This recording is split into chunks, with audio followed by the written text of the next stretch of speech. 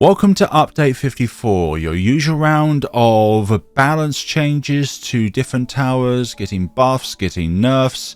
We're going to go over one of them today, which has been really buffed, including the ball lightning now being able to see and pop camo balloons.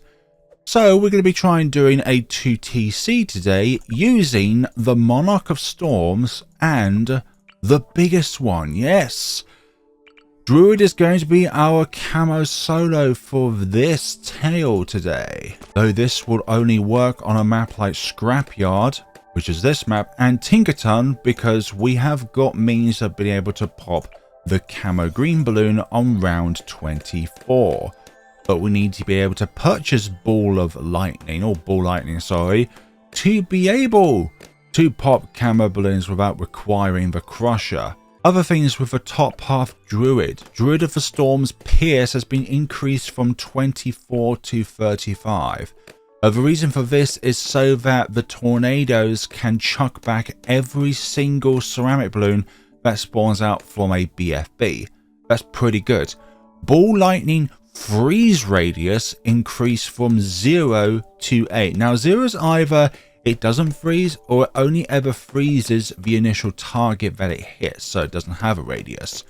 Also, Ball Lightning freeze type is now frigid, so it can no longer encase in ice purple balloons, which is not very good. But then again, when it comes to lead balloons, that's really good. So you take one thing, but then you get another thing back. We do have a little bit of money left over on 33 so that we can buy the Ball Lightning if we buy Thorn Swarm. But if you buy Heart of Oak, then you won't have money for 33 to buy Ball Lightning. This is another combination that has been discovered first and foremost by No Mercy, who discovers a lot of 2TCs in the scene, a lot of original combinations done by them.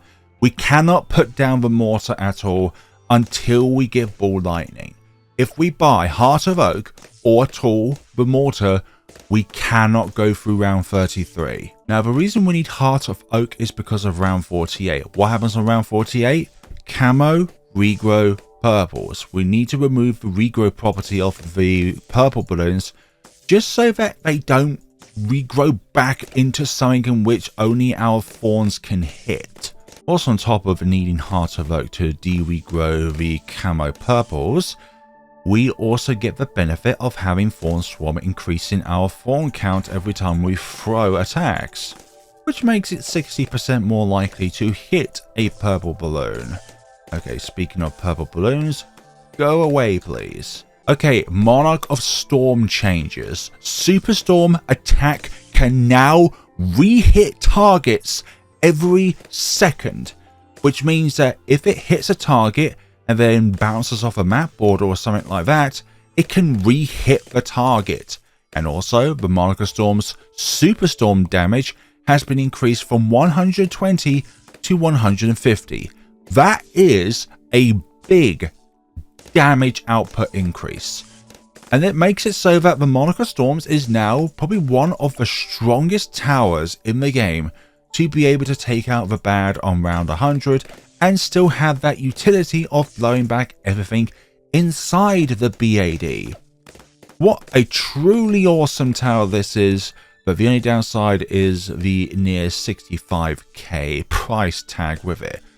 Although there has been one nerf, Monarch of Storms Superstorm Ball Lightning spawn has been increased from every second to every 3 seconds, so that is not what you call being very good. I was hoping to be able to avoid this, but perhaps I should just put you on strong. Chuck back everything that's not purple and just take out the purple layer. Using the strong damaging type. The strong targeting priority. Okay, here we go. Ball Lightning. Very good. We can hit camos with a tier 4 Druid. And now we can buy ourselves the Mortar, but I do not believe that we can do this without burning stuff because of the bonus damage applied for burning stuff when you pair it with the top half Mortar. And I highly doubt at all that rapid reload would work for around 100 just simply because the BAD just has too much HP. And this is not in the best spot when it comes to damaging the bad. But when it comes to track coverage, this is probably why this spot was chosen for the Druid to be in. By No Mercy. Get ourselves Shell Shock, then Burning Stuff. This is going to be the damage required in which we need to be able to remove the Moab layer on round 40. And then we're going to go for the big one next, and then Monarch of Storms after that. Okay, I'm going to get Heart of Oak so that I don't forget about it. Okay, I'm going to put the cursor up there so that we start damaging the Moab as soon as possible, and we need that damage. Okay, hit it. We do 2 damage with the burning stuff, so that's a big change from 1 burning stuff damage to 2 burning stuff damage. But we still need more, and more, and more. Can we burning stuff for ceramics, please? That'll do a large amount of the work. If you're an explosive, you really do not like this round. Think of a round in which you really want to predagize the explosive damage type.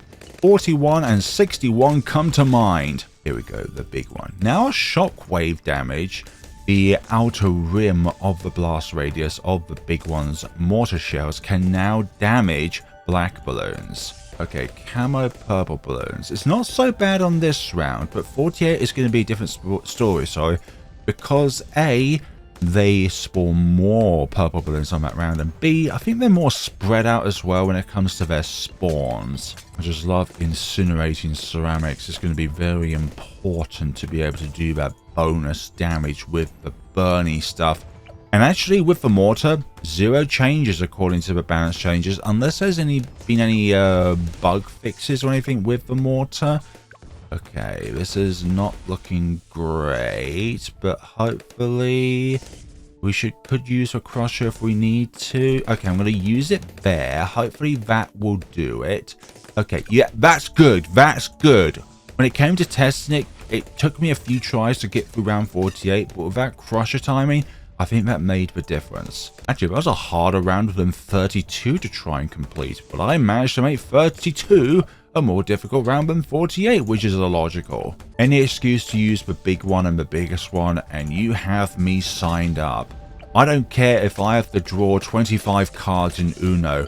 I will always be a fan nowadays of the top half mortar. Well, that's crap. I shall once again I could put you on strong and somehow you're now even better. But then again, we still got these issues to deal with. Oh, round 51, why are you such an annoyance? Why'd you have to be like that? Okay, I think that should subside 51 and its stupid camo balloon option. So I went from last and then back to first, and that managed to sort it out. Don't ask me how though, but it just sorted it out. Again, don't ask me for an explanation. Anyways, as I was saying, if there's an excuse for me to use the top path mortar, and you will be seeing me in like the first 5 people to sign up for the biggest one enthusiasm club. Whereas back in the day when I started the channel, I really did not like mortars at all. But then I started just using them and trying to get used to their strengths and weaknesses, and I appreciate it more. I appreciate their infinite range-esque nature. Okay, 56. This is another camo heavy round, but nothing that we can't deal with. Mainly because they're just rainbows and not ceramics. We've still got 59 to contest with. Okay, so when it comes to the next upgrade, even though the biggest one is cheaper, we're going to go for Monarch of Storms next. We just really want to have that damage and utility on the Druid as soon as possible. Although, looking at things, the Mortar is looking to be the tower that will get the most pops. Yeah, I like the spot with the Mortar. It has enough coverage so that it can do its main damage against balloons. Main damage is in like the not shockwave matter of it. But then it does have that coverage so that the shockwave damage can damage black balloons if I wanted to. Okay, BFB, not a problem. I love it when I just need one shell to take care of the ceramics, and the big one does that with Burning Stuff.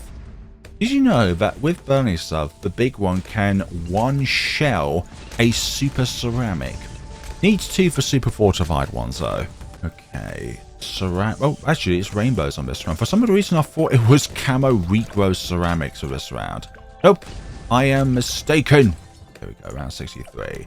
You can sit back and relax for a little bit here, Ballline. You've done the majority of the work for this tale when it comes to rounds in which you've been on the track. So you know what? The big one will do the majority of the work. I was going to say it's going to do all of the work, but no. Just do the majority of the work. Thank you very much. The big old round 65. Sometimes the last round in the 60s, which can be annoying. Usually 61's annoying, especially if you're an explosive user. 62 is especially annoying if you're a frigid user, a magic user, a energy user. Sorry, magic, I mean like energy or plasma. A plasma user, a fire user. Why did the frigid type have to be in existence? Why, Ninja Kiwi? What is the point of the frigid type? Just to give more incentive for the white balloon and zebra balloon to be impactful throughout the game? I miss Pop Silent when it was Plasma. Yeah, because Plasma is like one of the best damage types in the game alongside Fire. But in Frigid's like, you know that white balloon and zebra balloon you used to be able to do damage to? Yeah. It turns out your weapons were not designed in mind to be able to do that kind of damage. So we're tuning you down. Right, regrow lead. Sorry, fortified leads. I don't want to get the two of those mixed up. Around 70 could be really annoying. Let's see if we can hopefully hit the regrow whites with just the Druid. And obviously that will be the only thing that can target them. But when it comes to the rainbows, hopefully they can be largely avoided by just using the big one's huge blast radius to blast our way through, so that the Druid's only priority are the camo balloons on this round. And that is a far better attempt than what I visualized as. I expected that round to be stupid. Yeah, once we get Monarch of Storms, it's pretty much game over. Like I tested round 95 and it's not even close. And any tail when it comes to the BAD, as long as one of the Superstorms can hit the DDTs on round 100, the game is set and match and won. It's just like, there's no contest. Like, once the DDTs are blown back, then the Druid has another go at the very least of blowing back the DDTs again. But if it can't blow them back, then honestly, it's a game over, because I don't know if you can imagine this. The biggest one has no camo priority or camo damage or anything like that. Here's a change, Ninja Kiwi. The shockwave damage can decamo because the blast radius and the blast itself is so big and impactful. It makes the unseen now seen. It blows its headwear off. Actually, one day is Ninja Kiwi going to make the 300 upgrade of the Druid and have camo targeting. So, will the Druid Paragon have camo popping? Obviously, even if the Monarch of Storms was not able to hit camo balloons, the Spirit of the Forest's vines on the track are able to hit camos. Okay, 75. Go down, please. This is a little bit close, but nothing that we can't handle. And 76. The big one just incinerates with a little bit of stalling from you. Now, the reason why the mortar cannot hit the black balloons and zebra balloons and ignite them with the burning stuff is because the game needs you to initially hit and damage the black balloon or the zebra balloon with the main attack before the burning stuff itself can be applied.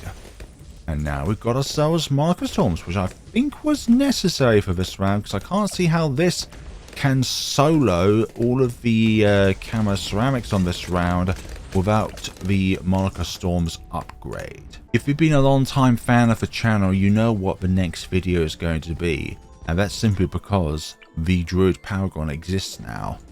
All of that XP I've accumulated, some of it went into unlocking this. Not all 100 million though. Yeah, now though I'd rather have the 502 Monarch of Storms rather than the 520 Monarch of Storms, just to give that bit of extra range. But we can't initially get to the stage unless we got Heart of Oak. The big one there doing itself ground there by initially whipping down the HP of the balloons here. And then the Monarch of Storms will destroy them, but now we're really seeing the power of the big one starting to deplete. But again, there was a slight nerf to the biggest one when it comes to stunning Merl class balloons, where they're now stunned for less time than what they were initially. I think the only one that wasn't hit it was either the DETs or the regular Merls, which wasn't hit by the biggest one's stun duration nerf. Also, there isn't a bug where the biggest one can stun the bad. Like, there isn't a bug like that. Or at the very least, it's not in this update. I've tested it. It doesn't stun the bad. Once we get the biggest one, we can one shell super fortified ceramics. We can do it. Come on. We're nearly there to the biggest one. We're nearly there to the biggest one. We need the biggest one. I tried testing out the Grandmaster Ninja and the Monarch of Storms on 3 mines round earlier on in the day. And I was just always falling short to trying to get the Monarch of Storms upgrade before actually clicking for the Grandmaster Ninja. But then it's either like 76 because of the regrowth ceramics on that round. Believe it or not, Grandmaster Ninja is not very good when it comes to that round because it just does not have enough pierce or damage. So that's really good. And Ball Lightning, if you don't invest in Heart of Oak, then you can't do that round. But if you don't invest in the bottom path, then it can't do... I can't remember if it was like 60 or 40. I essentially needed the larger radius and the increased attack speed so that you can get through some of the early Moab rounds initially. And we have ourselves the biggest one now, the biggest of explosions. When it comes to the mortar anyways. Some say it is the biggest one, and it is. How could you not like the explosiveness of the biggest one? It literally stuns balloons in their track. But the explosion itself is not big enough to kickstart the balloon chipper back to life. That's just not a feature. But who needs the balloon chipper now that we do have a balloon chipper at home called the Final Harmonic? Right. BFBs, no thank you. Are any of you going to get to a Monarch of Storms? No, not a single one of you made it to Monarch of Storms on 91. Though there is a different story when it comes to the fortified Moabs. ZOGs as well, we just don't have the damage output, but look at the amount of Burny stuff damage we're dealing with here. Look at the amount of damage we're accumulating when a shell is not on the track. Huge amounts of damage. 93, we can contribute to the round again if we're the biggest one, whereas on round 90 it's useless. Right, ladies and gentlemen, how can we make the top path Druid that bit better? Well, rather than giving the Monarch of Storms camo detection, let's give Ball Lightning instead camo detection. But then it also goes to Monarch of Storms, don't you worry. That's a great idea! Please, Superstorms, get through that purple layer initially and get through the rest of them, please. I don't want you to be annoying for me, thank you very much. As I said, not even close. The purple balloons made it closer to the exit of the track than the DDTs did. Then again, I suppose the purples are smaller targets. Let's have a head count on pops. Yeah, you're going to reach over 1 million in probably even this round, actually. Come on, blow them back. We have so many targets to burn. Yep, we're over 1 million now with the biggest one. And you're only halfway there to 1 million. So you can definitely tell who's going to be the bigger popper in this tale. Fortified TMGs. The second toughest enemy to go up against. But then there's round 100, which can't be stunned, which can't be frozen, which can't be slowed down in any way, shape or form. You can apply debuffs so that you can do more damage against them, but that's about it. But then again, the Ice Paragon's ability, along with the Time Stopper power, can slow down the bad. Round 98, just an absolute breeze, nothing to worry about. In fact, the biggest one, if you just leave it to it, can solo round 98. And what other towers can do that aside from a few? The Anti-Balloon, perhaps the Dark Champion. Anyways, I'm getting off topic. Bez can, if you give it the right angle and you don't try and pop everything at once. Okay, how are we doing for damage? That is a fair bit of damage, and when it rebounds, it will hit the bad again.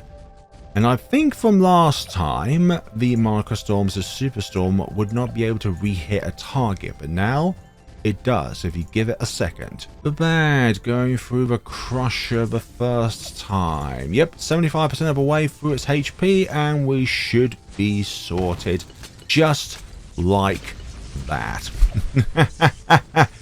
Have you got any final words, CMGs, before you fall to the power of my Hellfire and my Lightning?